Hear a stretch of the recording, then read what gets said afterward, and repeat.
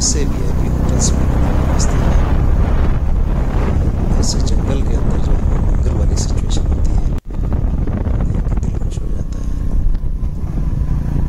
بہرحال ہمارا سفر الحمدللہ اچھا جا رہا ہے، رکاوٹ تو تھوڑی بہت ہوئی ہے، اور جہاں تک میری رائے یہ ہے کہ راولپنڈی سے گلگت تک یا گلگت سے راولپنڈی تک آپ کو اگر آنا پڑے تو کم از کم مڈ اسٹے ہونا چاہیے، دوسر یہ راستے ناران میں ایک دن اسٹے ہونا چاہیے۔ اگر آپ کوستان والے راستے سے